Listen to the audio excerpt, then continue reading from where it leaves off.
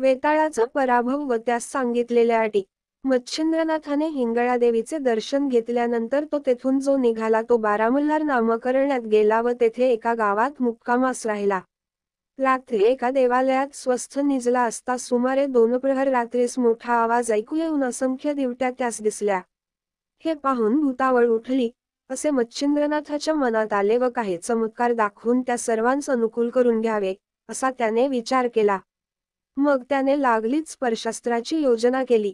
त्या अस्त्राच्या अत्यद्भुत शक्तीच्या प्रभावाने सर्व भूतावळ तेथे खिळून राहिली. त्यांना हालचाल करिता येईना व ती सर्व भूते झाडाप्रमाणे चिकटून राहिली. ती भूते नित्यनियमाप्रमाणे वेताळाच्या भेटीस जाण्यास निघाली होती. परंतु मध्येच हा प्रसंग पडल्यामुळे ती त्या दिवशी वेताळास भेटली नाहीत. इकडे वेताळाने ती का आली नाहीत याची चौकशी करण्यासाठी दुसरी भूते तिकडे पाठविली. मग 5-7 भूते वेताळाची आज्ञा मान्य करून शरभतीरी आली आणि शोध करून पाहू लागली. तो यांची अशी झालेली अवस्था त्यांच्या दुरून दृष्टीस पडली. मग ती त्यांच्याजवळ जाऊन चौकशी करू लागली. तेव्हा तेथे कोणी एक सिद्ध आला असून त्याच्या सामर्थ्याचा हा सर्व खेळ असल्याचे समजण्यात आले. मग तो सिद्ध कोठे उतरला आहे याचा तपास करीत फिरत असता मच्छिंद्रनाथास वेताळाकडून आलेल्या भूतांनी पाहिले. तेव्हा ह्याचीच अद्भुत करणी असावी, असा त्यांच्या मनात संशय आला. मग त्या भूतांनी मच्छिंद्रनाथाजवळ जाऊन त्याची प्रार्थना केली की, स्वामी ही भूते पतित आहेत, यांची मुक्तता करावी, म्हणजे ती गरीब बिचारी आपापल्या कामकाजास जातील. त्यावेळी ही सर्व भूते खिळली असता तुम्हीच मोकळे कसे राहिलात म्हणून त्यांस विचारिले. तेव्हा त्यांनी उत्तर दिले की, ही भूते आज आली नाहीत म्हणून त्यांच्या तपास करण्याकरिता वेताळाने आम्हांस इकडे पाठविले आहे. तर महाराज, यांची सुटका करावी म्हणजे ही वेताळाकडे पाया पडण्यासाठी जातील.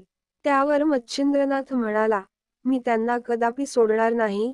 हा माझा निरोप तुम्ही वेताळाला सांगा, म्हणजे तो कितपत प्रबल आहे हे पाहता येईल. मच्छिंद्रनाथाचा असा अभिप्राय पडल्यानंतर ती भूते लागलीच परत वेताळाकडे गेली आणि त्याच्या पाया होऊन म्हणाली की, तिकडे एक योगी आला आहे.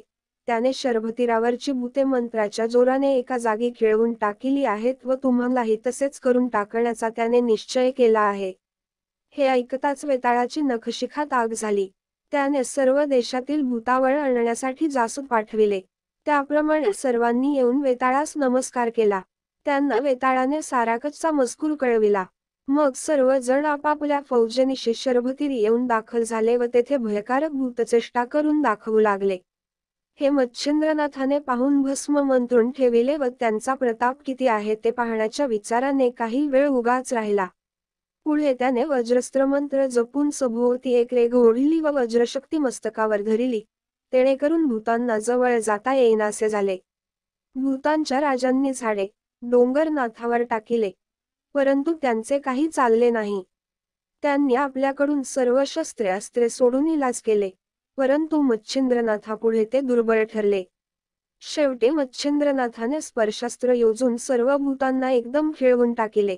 त्यावेळी पिशाच्यांच्या अष्टनायकांपैकी झोटिंग, खेळता, बावरा, मंगदा, मुंजा, महिषासूर व धुळोवान हे 7 जण मच्छिंद्रनाथाचे पाय धरून ओढण्याची वाट पाहत होते. पण तितक्यात नाथाने चपळाईने वज्रास्त्र सिद्ध करून ते सर्व देशांकडे संरक्षणासाठी ठेविले व दानवास्त्र सिद्ध करून मृदू, कुम्मक, मरू, मलिमल, मुचकुंद, त्रिपुर, बळजेठी हे 7 दानव निर्माण केले. मग 7 दानव व 7 भूतनायक यांची झोंबी लागली. एक दिवसभर त्यांचे युद्ध चालले होते, पण दानवांनी त्यास जर्ज करीताच ते अदृश्य झाले. शेवटी मच्छिंद्रनाथाने वासवशक्ती सोडून वेताळास मूर्छित केले. त्याचे अगदी प्राण जाण्याची वेळ आली, तेव्हा निरुपाय होऊन त्याने निर्भिमानाने मच्छिंद्रनाथास शरण जाऊन प्राण वाचवून घेण्याचा बेत केला. मग वेताळासह सर्व भूतनायकांनी मच्छिंद्रनाथाची प्रार्थना केली की आमच्या मरणाने तुला कोणता लाभ व्हावयाचा आहे. आमचे प्राण वाचविल्याने आम्ही जगात तुझी कीर्ती गाऊ व तू सांगशील ते काम करू. यमाजवळ यमदूत आहेत, विष्णूजवळ विष्णुदूत आहेत, त्याचप्रमाणे आम्ही अवघी आपापल्या पिशाच्य फौजेसहित तुझ्याजवळ राहून तुझा हुकूम मानू. हे वचन जर आम्ही असत्य करू तर आम्ही आमच्या पूर्वजांस नरकात टाकू. अशी भूतांनी दिनवाणीने केलेली प्रार्थना ऐकून मच्छिंद्रनाथाने सांगितले की साबरी विद्येवर माझे कवित्व आहे. याकरिता जो मंत्र ज्या प्रकरणाचा असेल त्याप्रमाणे तुम्ही वागून मंत्रावर हुकूम कार्य सिद्ध होण्यासाठी तुम्ही मंत्र जपणाऱ्याला सहाय्य करावे. तसेच मंत्र घोकून पाठ करणारासही मंत्र सफल झाला पाहिजे. हे सर्व मच्छिंद्रनाथाचे म्हणणे सर्वांनी संतोषाने कबूल केले. तसेच त्यांचे भक्ष्य कोणते हे सर्व त्यांना सांगून ठेविले आणि मंत्राच्या सिद्धतेची वेळ ग्रहणामधली कायम केली. याप्रमाणे मच्छिंद्रनाथाने सर्व प्रकारच्या लागणाऱ्या कबुलायती वेताळाजवळून करून घेतल्या. नंतर प्रेरक अस्त्राची योजना करून त्यांना मोकळे केले. मग सर्व मंडळी मच्छिंद्रनाथाच्या पाया पडली व त्यांनी जय जयकार करून त्याची स्तुती केली व त्यास नमस्कार करून सर्व आपापल्या ठिकाणी